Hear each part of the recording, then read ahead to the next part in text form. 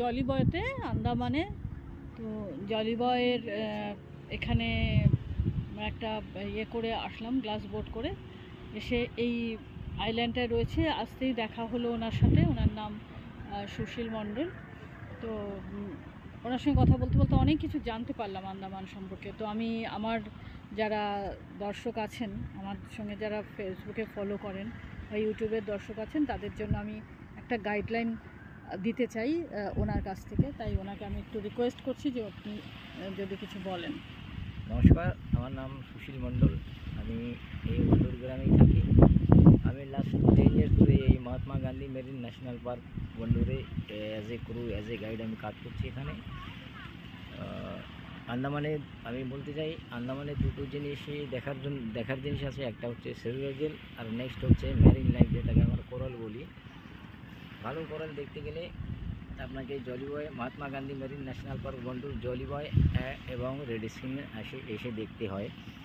আর আমাদের এই red skin মানে এখানে ওই আইল্যান্ডেই আছে। আর আমাদের এই Mahatma Gandhi marine national park Wandoor, যেটা পুরো ওয়ার্ল্ডের 2nd পজিশনে আসে শুধু মেরিন লাইফের জন্য।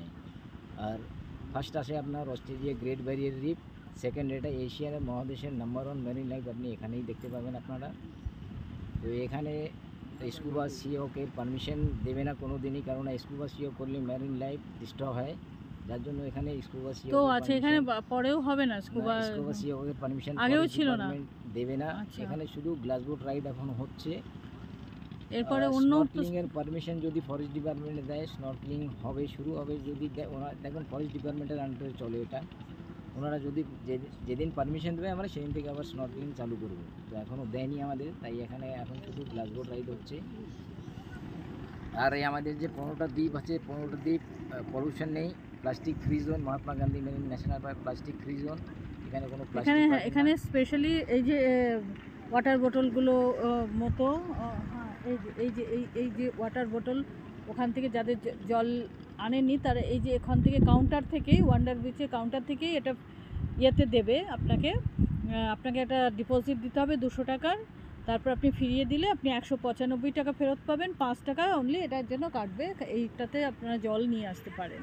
আর আমাদের পার্কের একটা মহত্বপূর্ণ ব্যাপার হচ্ছে কি, আমাদের পার্কে যে 15টা দ্বীপ আছে, 15টা দ্বীপে ফিশিং অ্যালাউড নেই, হান্টিং অ্যালাউড নেই, সুইমিং অ্যালাউড নেই।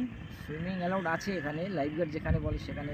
আচ্ছা, শুধু সেটুকু মানে লাইফগার্ডের আন্ডারে করতে হবে। আন্ডারে ফরেস্ট ডিপার্টমেন্ট লাইফগার্ড থাকে, ওনারা যেখানে বলবে সেখানেই নামতে হয়। আর কোমর জলের বেশি যেতে নেই, আমি সাঁতার জানি বা না জানি, কেন এখানে আন্ডার ওয়াটার কারেন্টে করতেই আছে, কারেন্ট আছে, মানে কোথায় কতটা ডিপ সেটা বোঝা যায় না অনেক সময়। সেফটি তারপরে এনজয়মেন্ট, আগে সেফটি দেখতে হবে তারপরে এনজয়মেন্ট করতে হবে।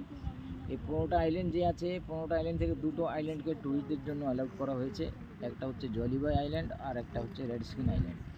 এই 2টো আইল্যান্ডকে 6 মাস করে অল্টারনেটে চালায় ফরেস্ট ডিপার্টমেন্ট। 6 মাসের জন্য করে। দেখুন কন্টিনিউলি কোনো আইল্যান্ড যদি খোলা থাকে, যাতায়াত করতে থাকে, তো আইল্যান্ড পলিউশন হয়।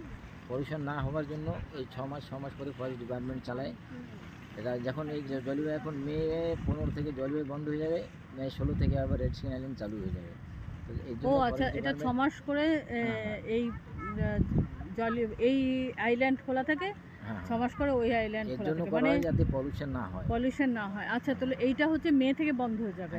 মে 15 থেকে এটা বন্ধ হয়ে যাবে। মে 15 থেকে কতদিন বন্ধ থাকবে? 6 মাস। 6 মাস বন্ধ থাকবে।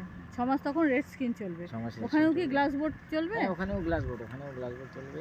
আচ্ছা, আর কোনো অ্যাক্টিভিটিস ওখানেও এখন? না, এই পার্কের ভিতরে স্কুবা সিও দেবে না কোনোদিন, কারণ ওটা করলে মেরিন লাইফ ডিস্টার্ব হয়ে যায়। কেউ না কেউ ধরবে, টাচ করবে, পা লাগাবে। আর একটা যেটা কথা আমি বলতে পারি, ইয়েতে কি বলে, মানে ওনার এখানে এসে অভিজ্ঞতা থেকে, যে অন্য দ্বীপে যেটা হলো, মানে আমি নর্থ বে দ্বীপে কাইকিং করলাম বা আরও অনেক অ্যাক্টিভিটি আছে, সেখানে আগেই বিচ থেকে বোটে ওঠার আগেই ওখানে সমস্ত পেমেন্ট করে উঠতে হবে। ওরা যদিও বলে যে কোনো কারণে ক্যান্সেল হলে টাকা ফেরত পাওয়া যাবে, বাট কিন্তু আপনি ওখানে জানতে পারবেন না বা জানতে পারবে না তোমরা যে ওখানে অ্যাক্টিভিটিসটা অ্যাকচুয়ালি যা বলছে সেটা হচ্ছে কি না। তা আমাদের আগেই পেমেন্ট করে দিতে হয়। বাট এখানে একটা জিনিস দেখলাম যে আমরা পুরোটা এই যে গ্লাস বোট করে এলাম, কোরাল আর ফিশ বা অনেক রকম দেখতে, সেটা কিন্তু আমরা এসে দেখার পর পেমেন্ট করলাম। হ্যাঁ, এটা এখানে আমাদের difference আছে। আমরা এই একটা দেখেছি যে আমরা কি দেখাতে চাই, আপনারা কি দেখতে এখানে আসছেন। কোনো জায়গায় ডেমো দেখায় না, আগে পয়সা দেবেন, তারপরে ওরা কি দেখাবে না দেখাবে ওরা জানে।